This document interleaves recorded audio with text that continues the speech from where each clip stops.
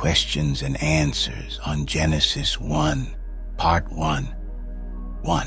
Why does Moses, revolving and considering the creation of the world, say, "This is the book of the generation of heaven and earth when they were created"?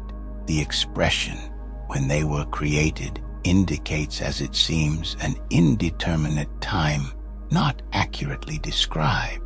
But this argument will confute those authors who calculate a certain number of years reduced to one from the time when it is possible that the world may have been created. And again, the expression, "This is the book of the generation," is, as it were, indicative of the book as it follows, which contains an account of the creation of the world, in which it is intimated that what has been related about the creation of the world is consistent with strict truth.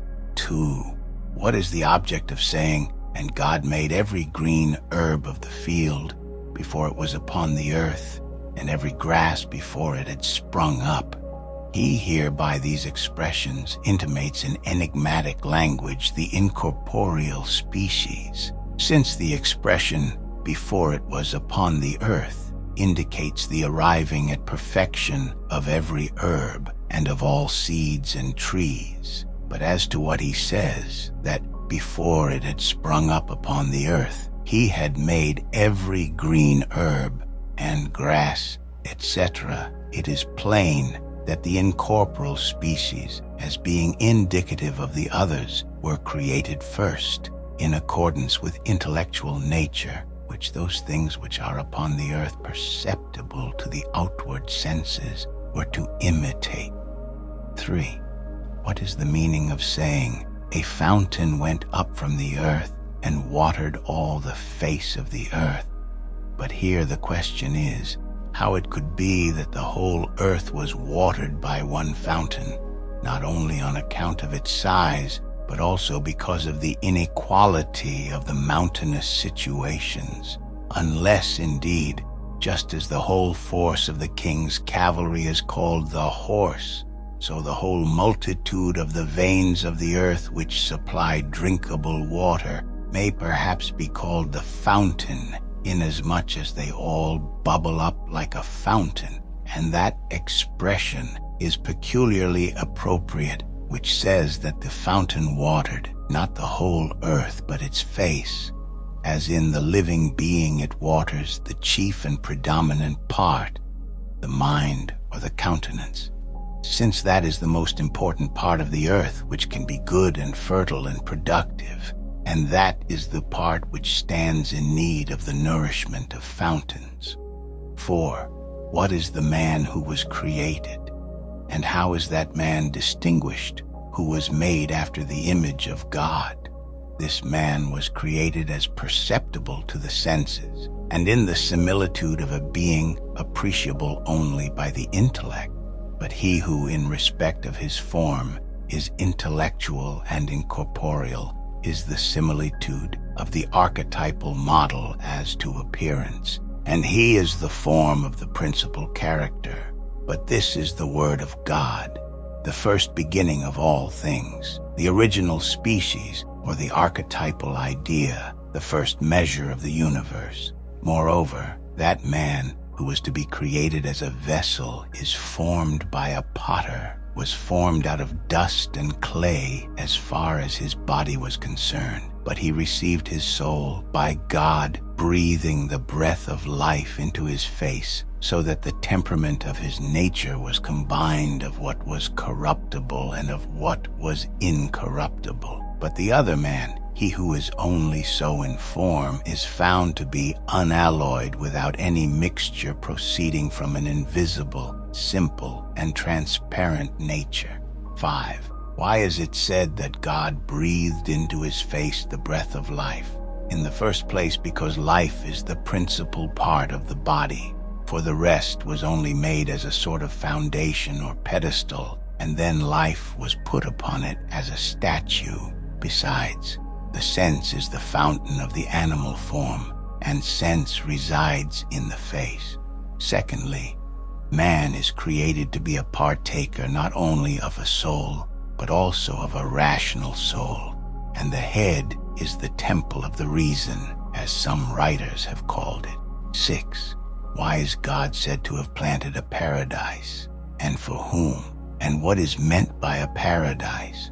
The word paradise, if taken literally, has no need of any particular explanation, for it means a place thickly crowded with every kind of tree, but symbolically taken it means wisdom, intelligence both divine and human, and the proper comprehension of the causes of things, since it was proper, after the creation of the world, to establish a contemplative system of life, in order that man, by the sight of the world and of the things which are contained in it, might be able to attain to a correct notion of the praise due to the Father. And since it was not possible for him to behold nature herself, nor properly to praise the Creator of the universe without wisdom, therefore the Creator planted the outlines of it in the rational soul of the principal guide of man, namely the mind, as he planted trees in the paradise. And when we are told that in the middle was the tree of life, that means the knowledge not only of the creature, but also of the greater and supreme cause of the universe. For if anyone is able to arrive at a certain comprehension of that, he will be fortunate and truly happy and immortal. Moreover, after the creation of the world, human wisdom was created, as also after the creation of the world, the paradise was planted. And so the poets say that the chorus of musicians was established in order to praise the Creator and his works, as Plato says that the Creator was the first and greatest of causes, and that the world was the most beautiful of all creatures. 7. Why in Aden, or Eden, is God said to have planted the paradise towards the east? This is said in the first place because the motion of the world proceeds from the rising of the sun to its setting, and it first exists in that quarter from which it is moved. Secondly, because that part of the world which is in the region of the east is called the right side, and that which is in the region of the west is called the left side of the world. Moreover, the poet bears witness to this, calling the birds from the east dextras or right, and those on the west sinistras or left. He is referring here to Homer, as Pope translates it. Ye vagrants of the sky, your wings extend, or where the suns arise, or where descend, to right to left, unheeded take your way, while I the dictates of high heaven obey. When he says, whether they go to the right to the day and to the sun, or whether they go to the left towards the dusky evening. But the name Eden, when rightly understood, is an indication of all kinds of delights and joys and pleasures, since all good things and all blessings derive their beginning from the place of the Lord. Thirdly, because wisdom itself is splendor and light. 8. Why did God place man whom he had created in the paradise, but not that man who is after his own image? Some persons have said, when they fancied that the paradise was a garden, that because the man who was created was endowed with senses, therefore he naturally and properly proceeded into a sensible place. But the other man, who is made after God's own image, being appreciable only by the intellect and invisible, had all the incorporeal species for his share. But I should rather say that the paradise was a symbol of wisdom, for that created man is a kind of mixture, as having been compounded of soul and body, having work to do by learning and discipline, desiring according to the law of philosophy that he may become happy. But he who is according to God's own image is in need of nothing, being by himself a hearer, and being taught by himself, and being found to be his own master by reason of his natural endowments. 9. Why does Moses say that every tree in the paradise was beautiful to look upon and good to eat? He says this because the virtue of trees is of a twofold nature, consisting in bearing leaves and fruit, one of which qualities is referred to the pleasing of the sight, the other to the gratification of the taste. But the word beautiful was not employed inappropriately. Indeed, it is very proper that the plants should be always green and flourishing perpetually, as belonging to a divine paradise, which as such must be everlasting. And it is fit too that they should never degenerate so as to lose their leaves. But of the fruit, he says, not that it was beautiful, but that it was good, speaking in a very philosophical spirit. Since men take food, not only because of the pleasure which it affords, but also because of its use, and use is the flowing forth and imparting of some good. 10. What is meant by the tree of life, and why it was placed in the middle of the paradise? Some people have believed that if there were really plants of a corporeal and deadly nature, there are also some which are causes of life and immortality, because they say life and death are opposed to one another, and because some plants are ascertained to be unwholesome, therefore of necessity there must be others from which health may be derived. But what these are which are wholesome, they know not. For generation, as the opinion of the wise has it, is the beginning of corruption. But perhaps we ought to look on these things as spoken in an allegorical sense. For some say the tree of life belongs to the earth, inasmuch as it is the earth which produces everything which is of use for life, whether it be the life of mankind or of any other animal. Since God has appointed the situation in the center for this plant, and the center of the universe is the earth, there are others who assert that what is meant by the tree of life is the center between the 7 circles of heaven, but some affirm that it is the sun which is meant, as that is nearly in the center between the different planets, and is likewise the cause of the 4 seasons, and since it is owing to him that everything which exists is called into existence. Others again understand by the tree of life the direction of the soul. For this it is which renders the sense nervous and solid, so as to produce actions corresponding to its nature and to the community of the parts of the body.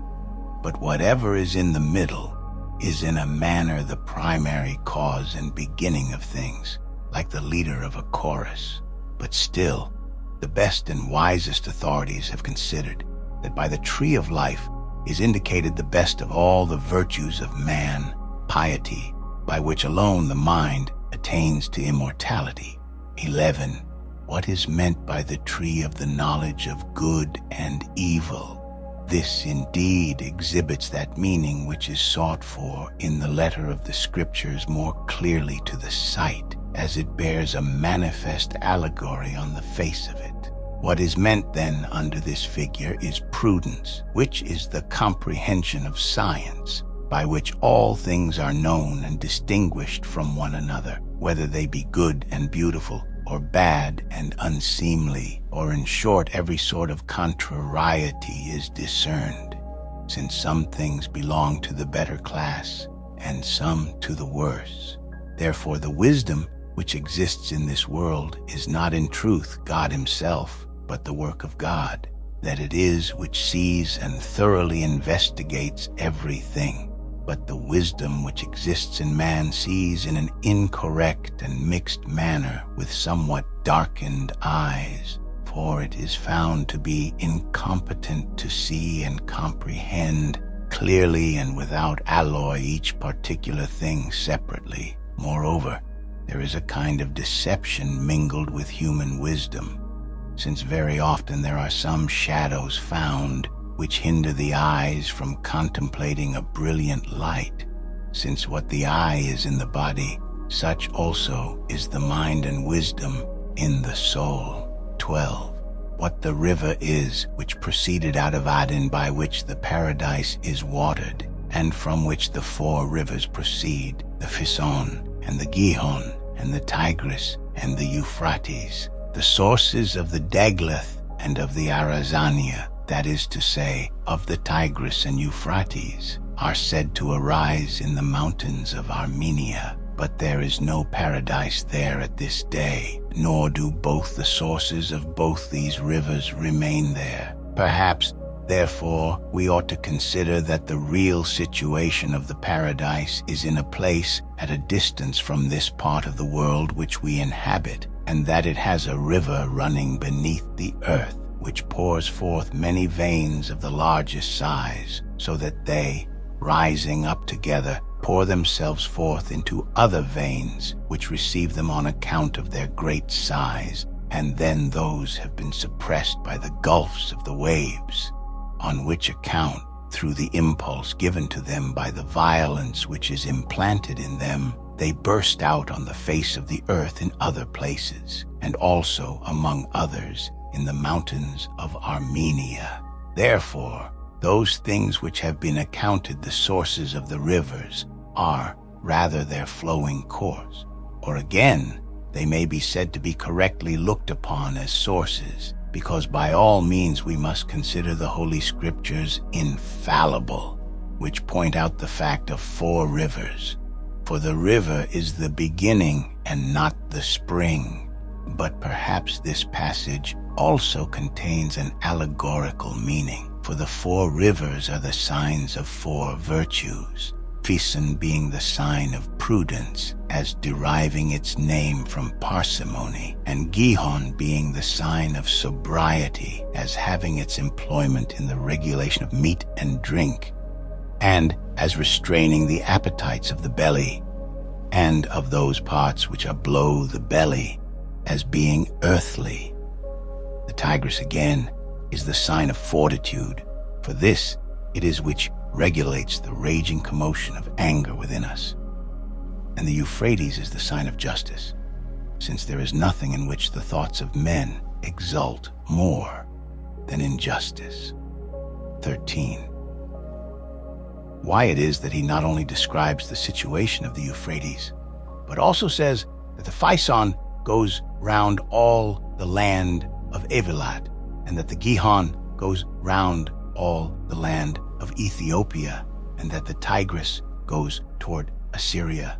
The Tigris is a very cruel and mischievous river, as the citizens of Babylon bear witness, and so do the Magi, who have found it to be of a character quite different from the nature of other rivers. However, they might also have another reason for looking on it with aversion.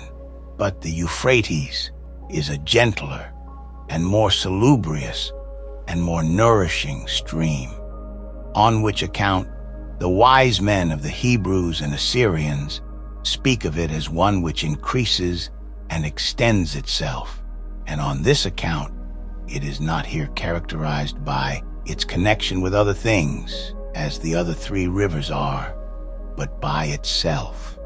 My own opinion is that these expressions are all symbolical, for prudence is the virtue of the rational part of man, and it is in this that wickedness is sometimes found.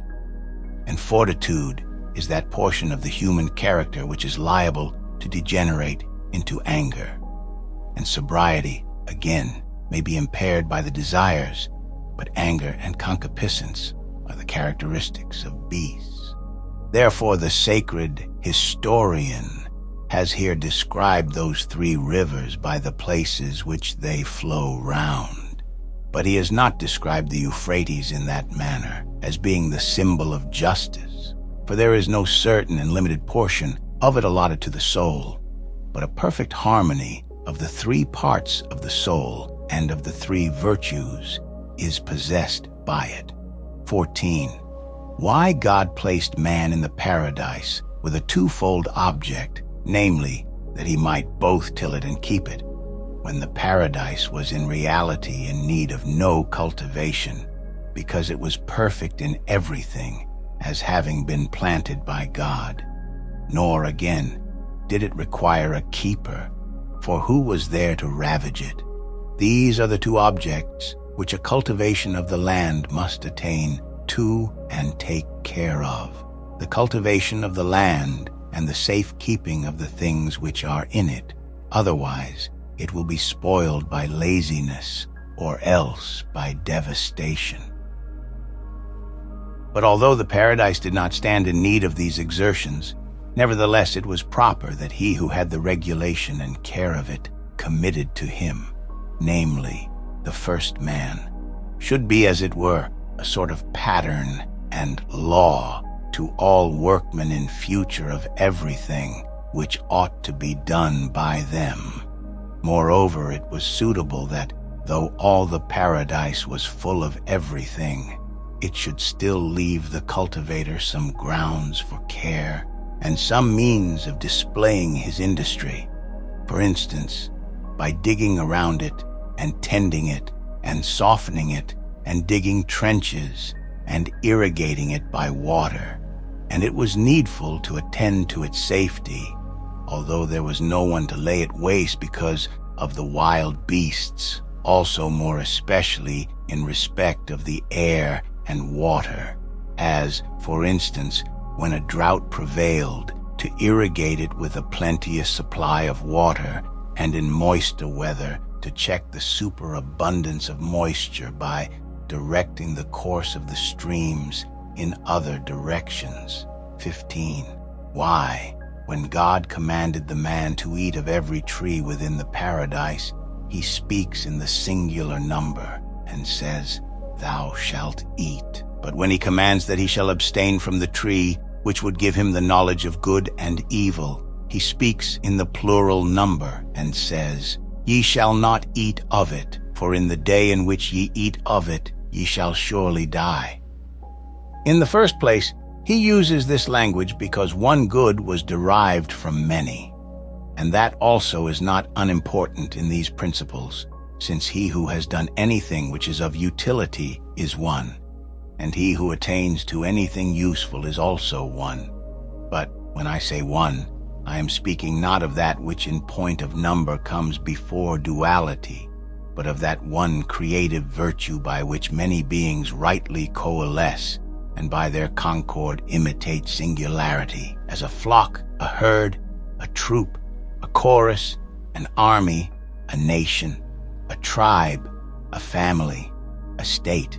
For all these things, being many members, form one community, being united by affection, as by a kiss.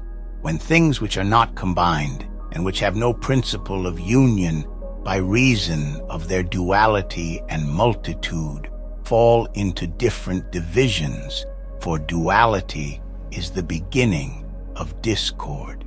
But two men living as if they were one, by the same philosophy, practice an unalloyed and brilliant virtue, which is free from all taint of wickedness. But where good and evil are mingled together, the combination contains the principle of death. 16. What is the meaning of the expression, "Ye shall surely die"? The death of the good is the beginning of another life. For life is a twofold thing, one life being in the body corruptible, the other without the body incorruptible. Therefore one wicked man surely dies the death, who while still breathing and among the living is in reality long since buried, so as to retain in himself no single spark of real life, which is perfect virtue. But a good man who deserves so high a title does not surely die, but has his life prolonged, and so attains to an eternal end. 17. Why God says, "It is not good for man to be alone. Let us make him a helpmeet for him." By these words, God intimates that there is to be a communion, not with all men, but with those who are willing to be assisted and in their turn to assist others, even though they may scarcely have any power to do so, since love consists not more in utility than in the harmonious concord of trustworthy and steadfast manners, so that everyone who joins in a communion of love may be entitled to utter the expression of Pythagoras, "A friend is another eye." 18. Why, when God had already said, "Let us make a help for man," he creates beasts and cattle. Perhaps some gluttons and insatiably greedy persons may say that God did this because beasts and flying things were, as it were, necessary food for man, and a suitable helper, for that the eating of meat assists the belly so as to conduce to the health and vigor of the body. But I should think that by reason of the evil implanted in them by nature, animals of all kinds, whether terrestrial or flying in the air, were in this age hostile to and contrary to man. But that in the case of the first man, as one adorned with every imaginable virtue, they were, as it were, allies, and a reinforcement in war, and familiar friends, as being tame and domestic by nature. And this was the sole principle of their familiarity with man. For this it was fit that servants should dwell with their Lord. 19. Why the creation of animals and flying creatures is mentioned a second time, when the account of their creation had already been given in the history of the 6 days. Perhaps those things which were created in the 6 days were incorporeal angels, indicated under these symbolical expressions, being the appearances of terrestrial and flying animals. But now they were produced in reality, being the copies of what had been created before, images perceptible by the outward senses of invisible models. 20. Why did God bring every animal to man, that he might give them their names? He has here explained a great source of perplexity to the students of philosophy, admonishing them that names proceed from having been given, and not from nature. For a natural nomenclature is with peculiar fitness assigned to each creature when a man of wisdom and preeminent knowledge appears. And, in fact, the office of assigning the names to animals is one which particularly belongs to the mind of the wise man alone, and indeed to the first man born out of the earth, since it was fitting that the first of the human race and the sovereign of all the animals born out of the earth should have the dignity assigned to him. For inasmuch as he was the first person to see the animals, and as he was the first person who deserved to govern them all as their chief, so also it was fitting that he should be their first namer and the inventor of their names, since it would have been inconsistent and mad to leave them without any names, or to allow them to receive names from anyone born at a later period, which would have been an insult to and a derogation from the honor and glory due to the firstborn.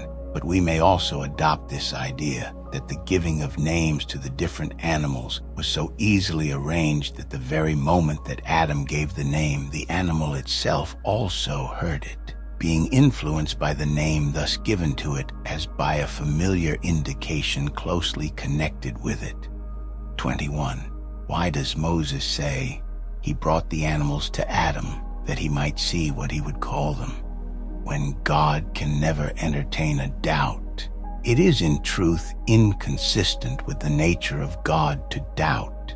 Therefore, it does not appear that he was in doubt on this occasion, but that since he had given intellect to man as being the first man born out of the earth and endowed with a great desire for virtue, by which he was made thoroughly wise, as if he had been endowed with wisdom by nature, so as to consider all things like the proper ruler and lord of all, God now caused him to be influenced to display the proper performance of his task, and saw what was really the most excellent point of his mind.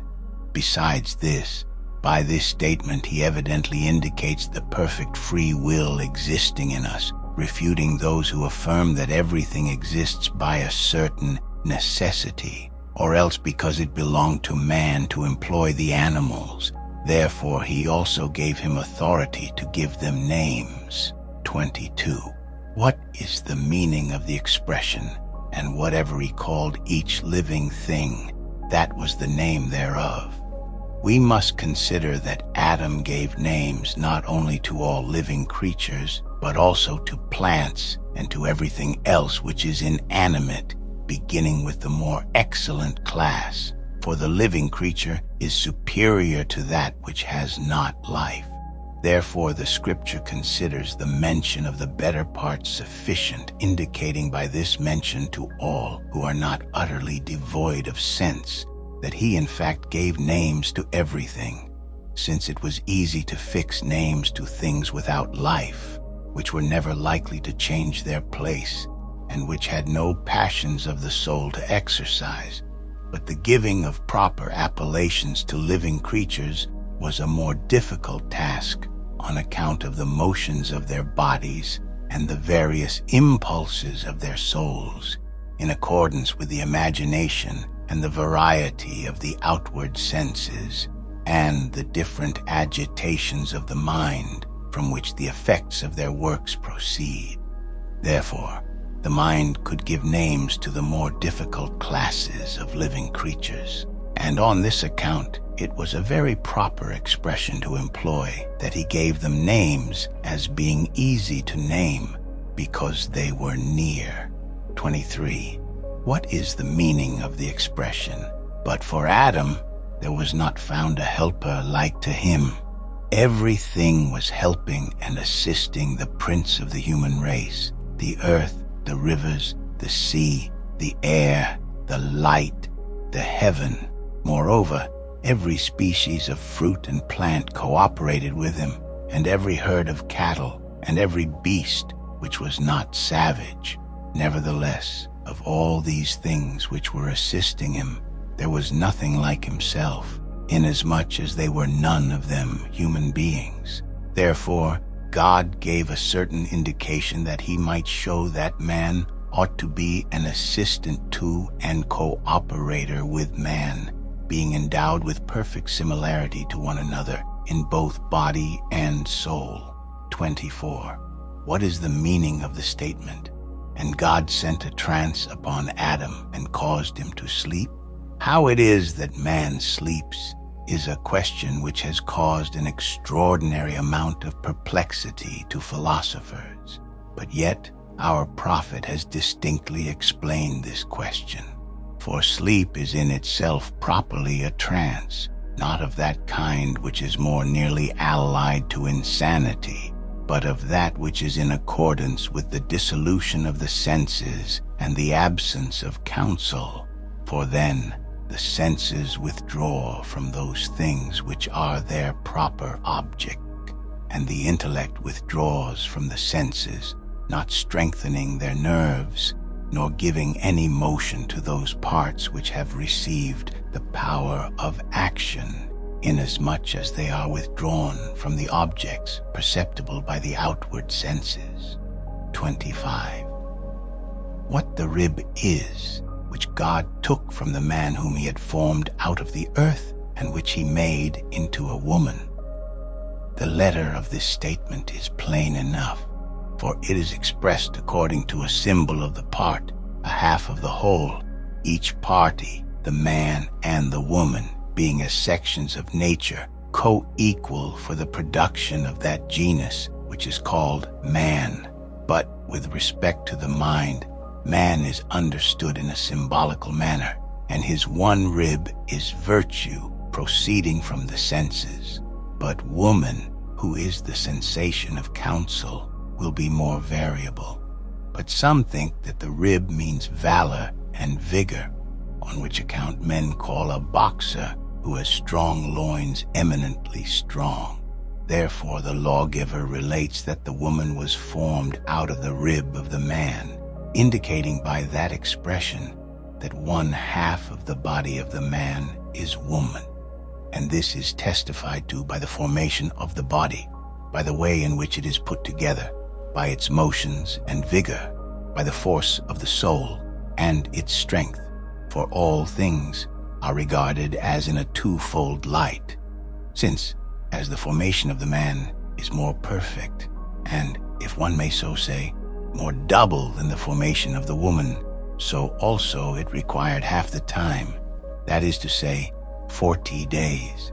when, for the imperfect and, if I may so call it, half-section of the man, that is to say, the woman, there was need of a double allowance, that is to say, of 80 days, so that the doubling of the time required for the nature of the man might be changed in order to the formation of the peculiar properties of the woman.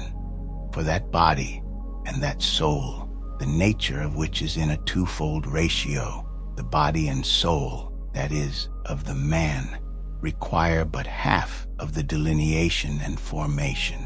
But that body of which the nature and construction is in the ratio of 1/2, namely, that of the woman, her formation and delineation is in a twofold ratio. 26. Why Moses calls the form of the woman a building? The margin of our Bible points out that the Hebrew word translated made means strictly builded. The union and plenitude of concord formed by the man and woman is symbolically called a house, but everything is altogether imperfect and destitute of a home, which is deserted by a woman. For to the man, the public affairs of the state are committed, but the particular affairs of the house belong to the woman. And a want of the woman will be the destruction of the house, but the actual presence of the woman shows the regulation of the house. 27. Why, as other animals and as man also was made, the woman was not also made out of the earth, but out of the rib of the man. This was so ordained in the first place, in order that the woman might not be of equal dignity with the man.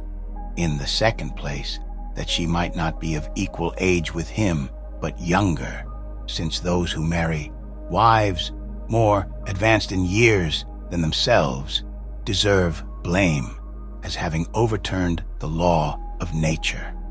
Thirdly, the design of God was that the husband should take care of his wife as of a necessary part of himself, but that the woman should requite him in turn with service as a portion of the universe.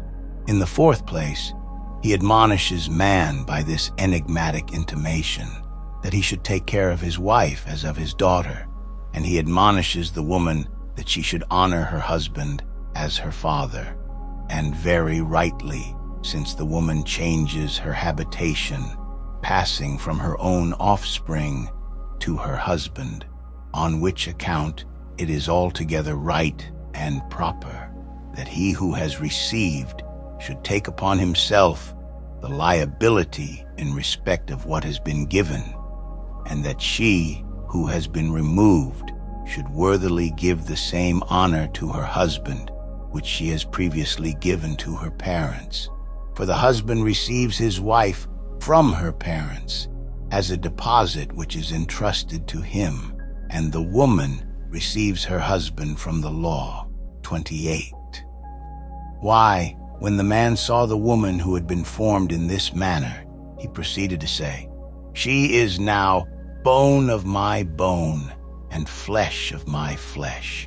She shall be called woman, because she has been taken out of man." He might have been amazed at what he had seen, and have said in a negative manner, "How can this exquisite and desirable beauty have been derived from bones and from flesh, which are endowed with neither beauty nor elegance, being of a form so far more beautiful, and endowed with such excessive life and grace? The matter is incredible because she is like, and yet it is credible because God himself has been her creator and painter." Again, he might have said affirmatively, "Truly she is a living being, my bone and my flesh, for she exists by having been taken from that bone and flesh of mine."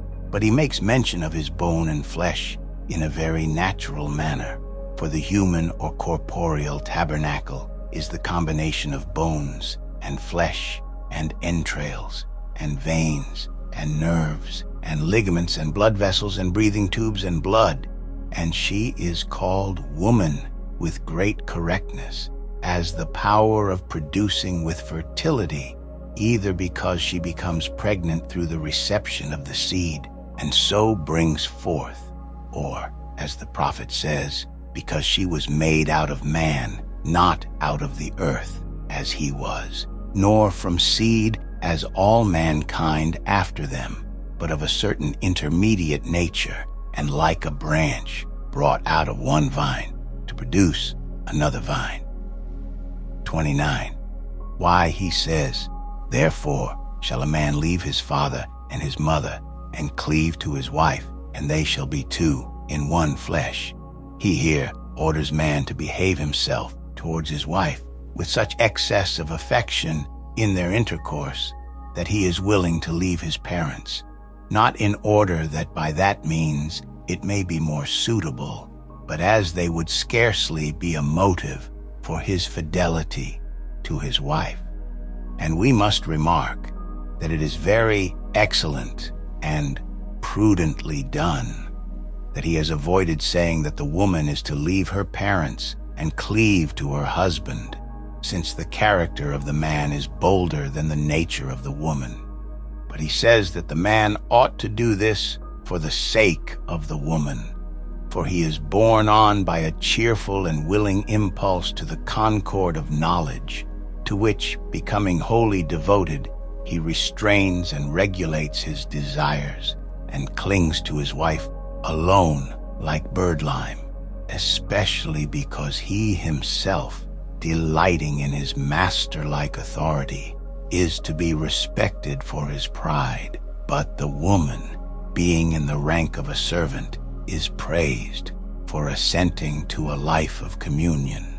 And when it is said that the two are one flesh, that indicates that the flesh is very tangible and fully endowed with outward senses, on which it depends to be afflicted with pain and delighted with pleasure, so that both the man and woman may derive pleasure and pain from the same sources, and may feel the same, aye, and may still more think the same. 30. Why both of them, the man and the woman, are said to have been naked and not to have been ashamed. They were not ashamed in the first place because they were in the neighborhood of the world, and the different parts of the world are all naked, each of them indicating some peculiar qualities and having peculiar coverings of their own.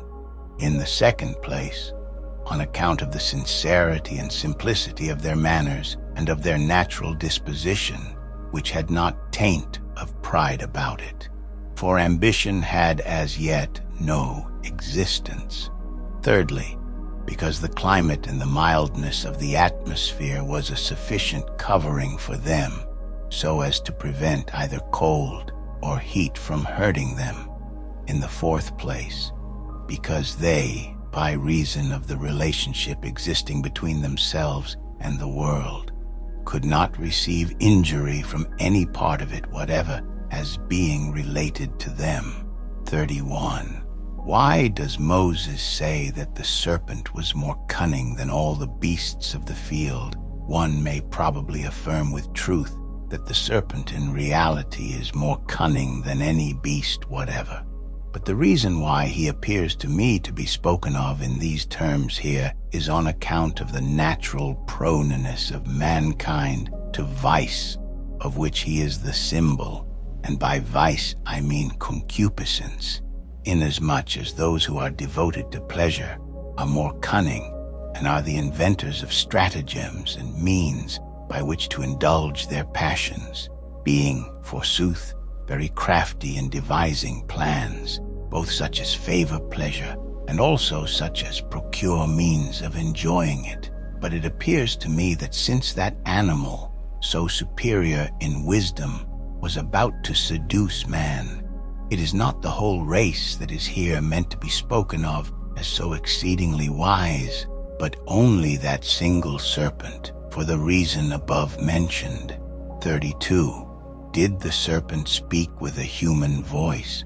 In the first place, it may be the fact that at the beginning of the world, even the other animals besides man were not entirely destitute of the power of articulate speech, but only that man excelled them in a greater fluency and perspicuity of speech and language. In the second place, when anything very marvelous requires to be done, God changes the subject natures by which he means to operate.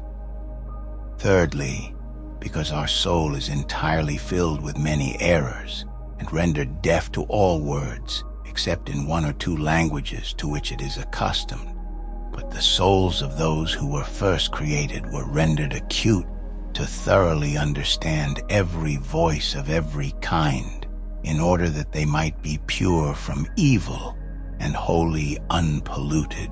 Since we indeed are not endowed with senses in such perfection, for those which we have received are in some degree depraved, just as the construction of our bodies too is small. But the first created men, as they received bodies of vast size, reaching to a gigantic height, must also of necessity have received more accurate senses, and, what is more excellent still, a power of examining into and hearing things in a philosophical manner.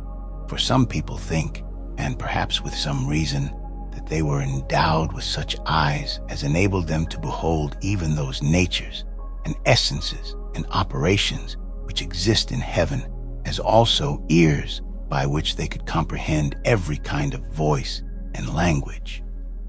33. Why did the serpent accost the woman and not the man? The serpent, having formed his estimate of virtue, devised a treacherous stratagem against them, for the sake of bringing mortality on them. But the woman was more accustomed to be deceived than the man, for his counsels as well as his body are of a masculine sort and competent to disentangle the notions of seduction. But the mind of the woman is more effeminate, so that through her softness she easily yields and is easily caught by the persuasions of falsehood, which imitate the resemblance of truth. Since, therefore, in his old age, the serpent strips himself of his scales from the top of his head to his tail, he, by his nakedness, reproaches man because he has exchanged death for immortality. His nature is renewed by the beast and made to resemble every time. The woman, when she sees this, is deceived, when she ought rather to have looked upon him as an example, who, while showing his ingenuity towards her, was full of devices, but she was led to desire to acquire a life which should be free from old age and from all decay.